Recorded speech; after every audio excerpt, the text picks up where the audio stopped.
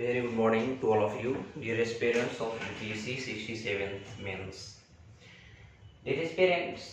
जब हम लोग बात करते हैं मेंस का, जैसा कि 67th मेंस की तैयारी में सभी लोग लग भी गए हैं। आपको जिस तरह से सभी का प्रीलिम्स अच्छा गया है, लोग बोल रहे हैं 110 आ रहा है, 112 आ रहा है, तो उनके लिए सुनहरा अवसर है कि वे प्रिपरेशन में लग रहे हैं। आज हम एक ग्राफिंग टाइप, आपको एक ग्राफिंग बताऊंगा कि आप मेंस की तैयारी करें कैसे, एग्जाम में लिखें कैसे। सबसे पहले जब लिखने की हम तरीका करें तो किसी भी टॉपिक, चाहे कोई भी आपका करंट यानी जीएस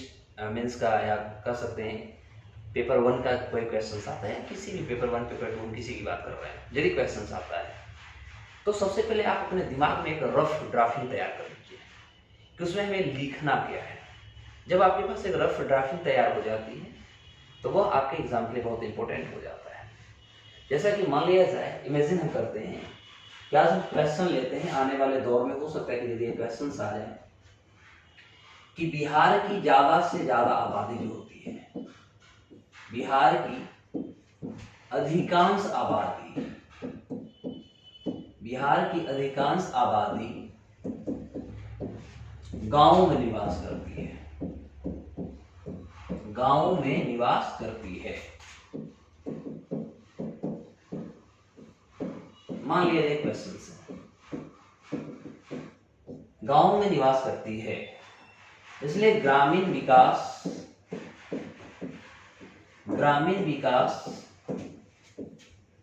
कार्यक्रम सबसे महत्वपूर्ण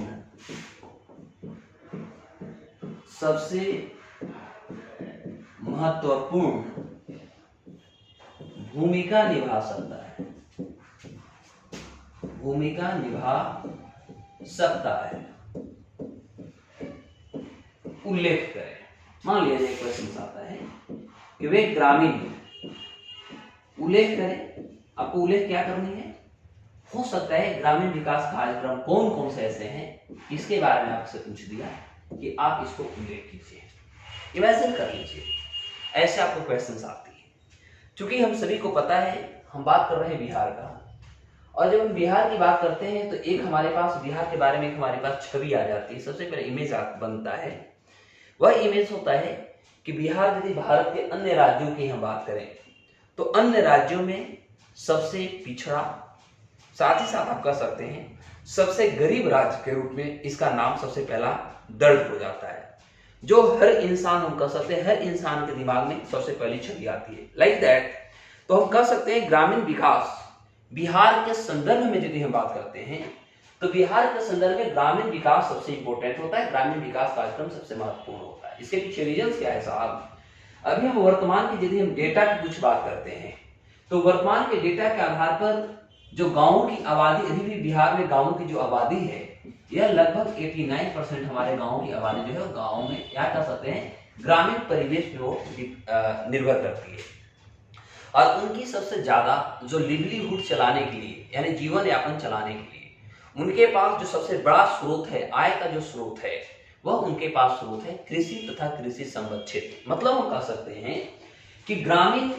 जो आबादी, ग्रामीण आबादी का जो जीवन यापन करने का सबसे ज्यादा जो निर्भरता बनी हुई है, यह सबसे ज्यादा निर्भरता बनी हुई है प्राथमिक क्षेत्र पर बना हुआ है। अब प्राथमिक क्षेत्र का मतलब आप समझ रहे हैं कि वह हमारा या तो कृषि होगा या कृषि से रिलेटेड जितने भी हमारे संबद्ध क्षेत्र होंगे, जैसे आप कह सकते हैं जानवर का पालन, पशु पालन आप कर सकते हैं, कोई पौधारोपण करता है, कोई फूल की खेती करता है, तो अन्य अन्य प्रकार के जो हॉर्टिकल्चर से रिलेटेड जो हमारे एक्टिविटी होते हैं, जो रॉ मटेरियल से रिलेटेड होते हैं, वे सारे पार्ट इसमें आ जाएंगे। तो बिहार जो भारत में, चाहे हम इसकी सामाजिक गतिविधि को देखें, आर्थिक गतिविधि को देखें, संरचनात्मक दृष्टि को देखें, इंफ्रास्ट्रक्चर यानी विनिर्माण क्षेत्र को देखें, और सबसे महत्वपूर्ण बात यदि हम शिक्षा के क्षेत्र में देखें तो बिहार एक अति पिछड़ा या गरीब राज्य के रूप में जाना जाता है, प्रदेश के रूप में भारत में जाना जाता है। और इसलिए हमें लगता है कि बिहार को उन्नति करने के लिए भारत सरकार तथा बिहार सरकार के द्वारा जितने भी प्रकार के योजना और परियोजना लॉन्च की जाए वह सारे ग्रामीण रूप से होना चाहिए। इसके पीछे रीजन एक और हो सकता है कि जैसा कि जब हम महात्मा गांधी जी का स्टेटमेंट को देखें तो हमारे महात्मा गांधी जो राष्ट्रपिता हुए,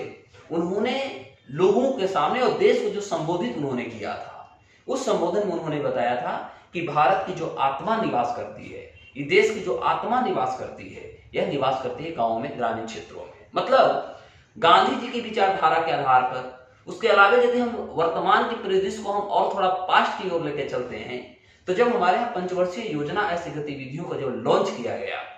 तो हमने देखा कि प्रथम पंचवर्षीय योजना जो थी वो कृषि पर उसकी सबसे ज्यादा प्राथमिकता दी गई थी, या कह सकते हैं कृषि ही उसका सबसे बड़ा उद्देश्य था, हम कृषि को आगे बढ़ाएंगे। क्योंकि उस समय की यदि हम बात करें, अभी तो वर्तमान में मोटा मोटी यदि शहर की बात करें तो शहर में जनसंख्या जो लगभग 33% जनसंख्या हो चुकी है, लेकिन उस समय जो था मोटा मोटी देखा जाए तो 6 से 7% ही आबादी जो थी वो शहरों में निवास करती है।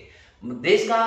कह सकते हैं मेजोरिटी जो थी, या कह सकते हैं मैक्सिमम जो परसेंटेज था, वह मैक्सिमम परसेंटेज जो थी वो ग्रामीण क्षेत्रों में निवास करती थी। तो उस समय से अभी तक हमारे पास ये सबसे बड़ी उपलब्धि होनी चाहिए कि ग्रामीण विकास को लेकर के हम आगे बढ़ाएं। और ग्रामीण विकास का जो लक्ष्य होती है, जैसे सुख सुविधा आप कह सकते हैं, तो सुख सुविधा उपलब्ध कराने के लिए भारत सरकार, राज्य सरकार, ये दोनों के बीच में एक समन्वय होना बहुत जरूरी है। जब तक समन्वय अच्छी नहीं होगी, जब तक एक दूसरे के बीच में कोलैबोरेशन, एक अच्छे कह सकते हैं स्थिति नहीं बनती है, एक संबंध स्थापित नहीं होती है, तब तक हम कह सकते हैं कि किसी प्रकार के कोई फायदा नहीं हो सकता। तो इस आधार पर हम कह सकते हैं केंद्र तथा राज्य सरकार के द्वारा अनेक प्रकार की योजनाएं परियोजनाएं शुरू किया जा चुका है, जिससे कि भारत के ग्रामीण क्षेत्रों को डेवलप किया जा सके, विकसित किया जा सके। ऐसे के परिप्रेक्ष्य में हमारा बिहार, तो बिहार के लिए भी भिन्न भिन्न प्रकार के योजना परियोजनाओं को लॉन्च किए गए, जो इस प्रकार हो सकता है। इस तरह से आप इसको डिस्क्राइब करने की कोशिश करें। जैसे पहला हम बात करते हैं तो हमारे पहला जो होता है बिहार राज्य ग्रामीण जीविका मिशन, का आपने नाम सुना होगा। तो अब इसको आप आगे करके इसको एक ड्राफ्टिंग कर लीजिएगा। आप यहाँ पर ड्राफ्टिंग कर सकते हैं कि ग्रामीण विकास कार्यक्रम इस प्रकार हो सकता है। तो एक आप ड्राफ्टिंग तैयार कर लीजिए। अब हो सकता है आपको इस तरह ड्राफ्टिंग नहीं करने आ रहा है, तो आप एक पौधा का निर्माण कर लीजिएगा, आप एक पौधा बना लीजिएगा, ठीक है। और इस पौधा में से आप मान लिया जाए कि यह एक आपका पत्ता है, मान लिया जाए यह एक आपका पत्ता है। इस तरह से जितने भी आपके पास मान लिया जाए कि इसको लेकर के आपके पास कुछ चीजें हैं, तो आप कह सकते हैं कि ग्रामीण विकास कार्यक्रम को सुदृढ़ करने के लिए, या कह सकते हैं विकसित करने के लिए सरकार के द्वारा भिन्न भिन्न प्रकार के योजना परियोजना को लॉन्च की गई है, जो इस प्रकार हो सकती है, या उसका एक जीवंत उदाहरण जो होगा इस प्रकार होगा। सबसे पहला आप लिखेंगे बिहार राज्य ग्रामीण जीविका योजना, बिहार राज्य ग्रामीण जीविका मिशन को भी आप नाम रख सकते हैं। तो यहाँ पर जैसे मान लीजिए हमने कहा बिहार राज्य ग्रामीण जीविका योजना, या कह सकते हैं मिशन। तो ये अब क्या हुआ कि ये हमारे पास बिहार राज्य ग्रामीण जीविका योजना या जो मिशन की चर्चा किया, तो आपको इसके बारे में अब इसको डिस्क्राइब करने के लिए आपके पास कुछ डेटा होने चाहिए। जैसा कि जब हम लिवलीहुड की बात करते हैं, जीविका की बात करते हैं, तो जीविका का मतलब इसमें हम एग्रीकल्चर को भी समाहित करेंगे, इसमें हम पशुपालन को ही समाहित करेंगे, तथा छोटे छोटे पैमाने पर भारत सरकार तथा बिहार सरकार के द्वारा जो भी योजनाएं शुरू की गई है उसकी क्या अभी उपलब्धि है, वे सारी उपलब्धि को भी हम इसमें समाहित करेंगे। तो खास तौर पे इसको आपको थोड़ा सा इसमें डेटा होना चाहिए। जब आपके पास डेटा होगा तब इस डेटा के आधार पर इसको एनालिसिस करने की बहुत अच्छी कोशिश करेंगे। तो मैं तो आज जो एक क्लासेस होगी, ये जो मैं कर रहा हूँ, एक ब्रीफ इंट्रोडक्शन टाइप दे रहा हूं कि आप कैसे कैसे इसको समाहित कर सकते हैं, इसे कैसे आप प्रभावित बना सकते हैं, इफेक्टिव बना सकते हैं, इस चीजों को हम लोग डिस्कशन करने वाले हैं। दूसरा आप लिख सकते हैं जैसे भारत सरकार के द्वारा ये लॉन्च की गई है मनरेगा। तो ये मनरेगा भी जो है क्या, ये मनरेगा का भी जो इस्तेमाल भारत में किया जाता है, मनरेगा के भी इस्तेमाल खास तौर पर हम कर सकते हैं कि ग्रामीण विकास कार्यक्रम का ही रूप है, जिससे कि ग्रामीण क्षेत्रों में जो बेरोजगारी की चुनौती बनी हुई है, जो असमानता बनी हुई है, ये विषमता जो देखने को मिलता है, जो आप कह सकते हैं समाज में एक बहुत बड़ी जो विषमता बनी हुई है आय और व्यय का, या कह सकते हैं कि किसी भी व्यक्ति का जो स्रोतों के आधार पर आप कह सकते हैं, तो उसको लेकर के भी भारत सरकार ने, ऐसे देखा जाए तो 2009 में 2 अक्टूबर 2009 को, पहले तो ये नरेगा के नाम से जाना जाता था, लेकिन भारत सरकार ने इसको मनरेगा कर दिया। तो ये मनरेगा क्या है, मनरेगा का डेटा क्या हो रही है, 100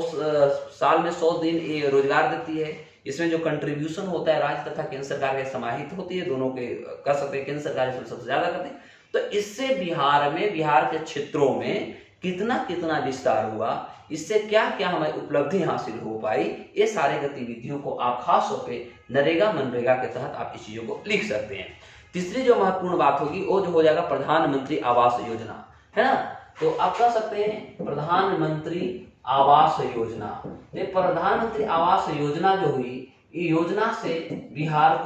के ग्रामीण जो क्षेत्र है, इस क्षेत्रों को कितना प्राप्त हुआ या कितना कर सकते हैं, इसकी उपलब्धि यानी इसमें योगदान हुई, ये सारे गतिविधियों को आप इसमें समाहित कर सकते हैं। जैसे आप कर सकते हैं जन वितरण प्रणाली हमारे यहाँ, है ना। तो आप जन वितरण, जिसको हम पीडीएस बोलते हैं, तो जन वितरण प्रणाली यह भी एक जो है, ये हमारा ग्रामीण क्षेत्र, जैसा कि आप देख सकते हैं कि कोरोना के पीरियड से यदि देखा जाए, कोविड-19 जब आया, तो उस समय से हमारे देश की जो ज्यादातर आबादी थी गाँव में थी, या कह सकते हैं जो बेरोजगारी से जूझ रहे थे, या जो भिन्न भिन्न प्रकार की चुनौतियों से जूझ रहे थे, तो भारत सरकार के द्वारा उनके लिए खाद्य पदार्थ का आवंटन किया गया।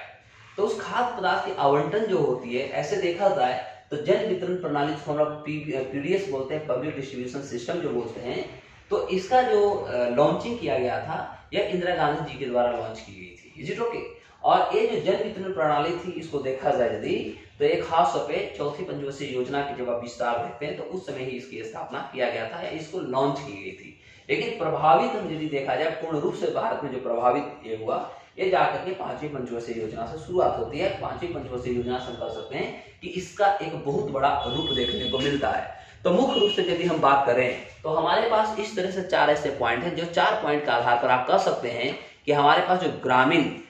विकास कार्यक्रम भारत और राज्य सरकार के द्वारा लॉन्च किए गए हैं, ये सारे गतिविधियों के आधार पर इसको आप डिस्क्राइब कर करके एक ब्रीफ कर सकते हैं, क्योंकि आपको ज्यादा वर्ड पे भी ध्यान देनी है। तो वर्ड को देखते हुए कुछ आपके पास डेटा यदि होता है, आंकड़ा यदि होता है, कुछ रिपोर्ट्स यदि होते हैं, इस रिपोर्ट के आधार पर आप इसको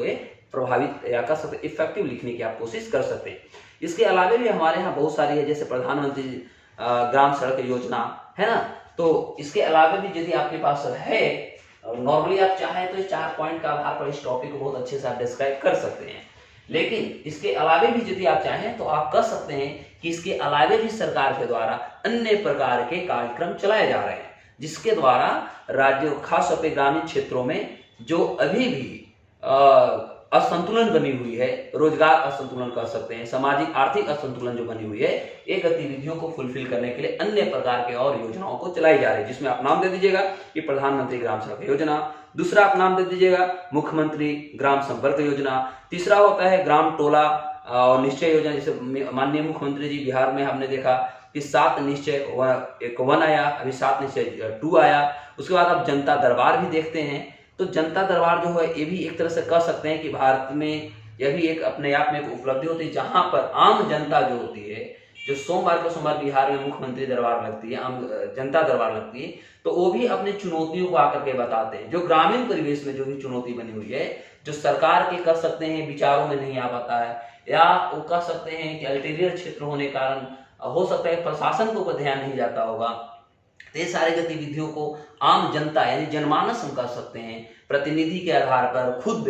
या लेटर के आधार हम तो सरकार को इससे अवेयर कराते हैं। तो यह भी एक कह सकते हैं कि आगे जब हम अवेयर कराते हैं तो सरकार उस पर एक्शन लेती है। जो हमारी मंत्रालय होती है, जो हमारी डिपार्टमेंट होता है, वो भी उस पर कह सकते हैं कि इनिशिएट करती है। तो ये सारे गतिविधि जो होते हैं, सारे गतिविधि के आधार पर हम कह सकते हैं कि कहीं न कहीं विकास, जो ग्रामीण परिवेश में जो विकास अवरुद्ध हुआ है, उस पर सरकार अपनी योजना परियोजनाओं को आगे बढ़ाती है। तो उसी प्रकार मान लिया जाए, अभी हम बात कर रहे हैं ग्रामीण विकास कार्यक्रम, और बिहार ऐसे राज्यों में ग्रामीण विकास कार्यक्रम सबसे ज्यादा लॉन्च होनी चाहिए। हो सकता है क्वेश्चन ये भी तो आ सकता है कि कोरोना के बाद से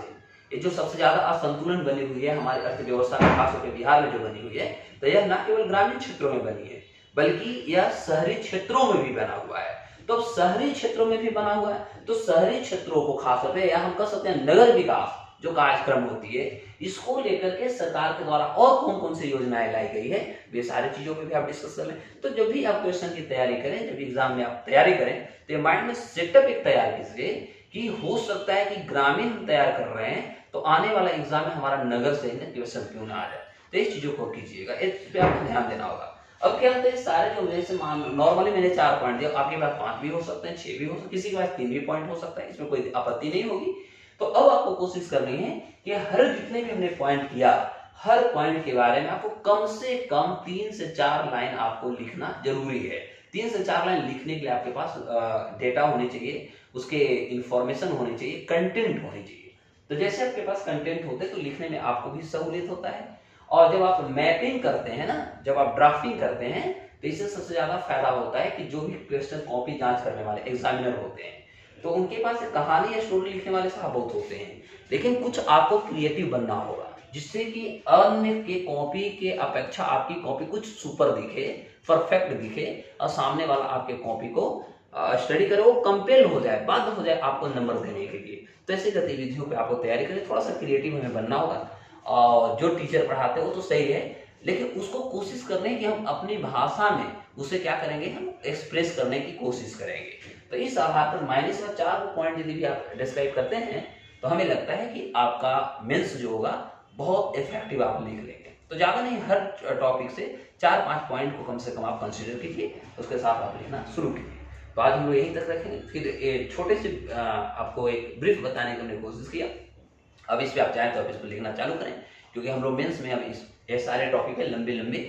डेटा की बात करेंगे, और जो डेटा की बातें होगी वो केवल बिहार से रिलेटेड नहीं होगा, हम लोग केंद्र के आधार पर लेंगे। देखिए आने वाले भविष्य में यदि यूपीएससी भी देना हो तो हम उसको आराम से लिख सकते हैं। ठीक है, तो तब तक के लिए देखते रहिए। जय हिंद, नमस्कार।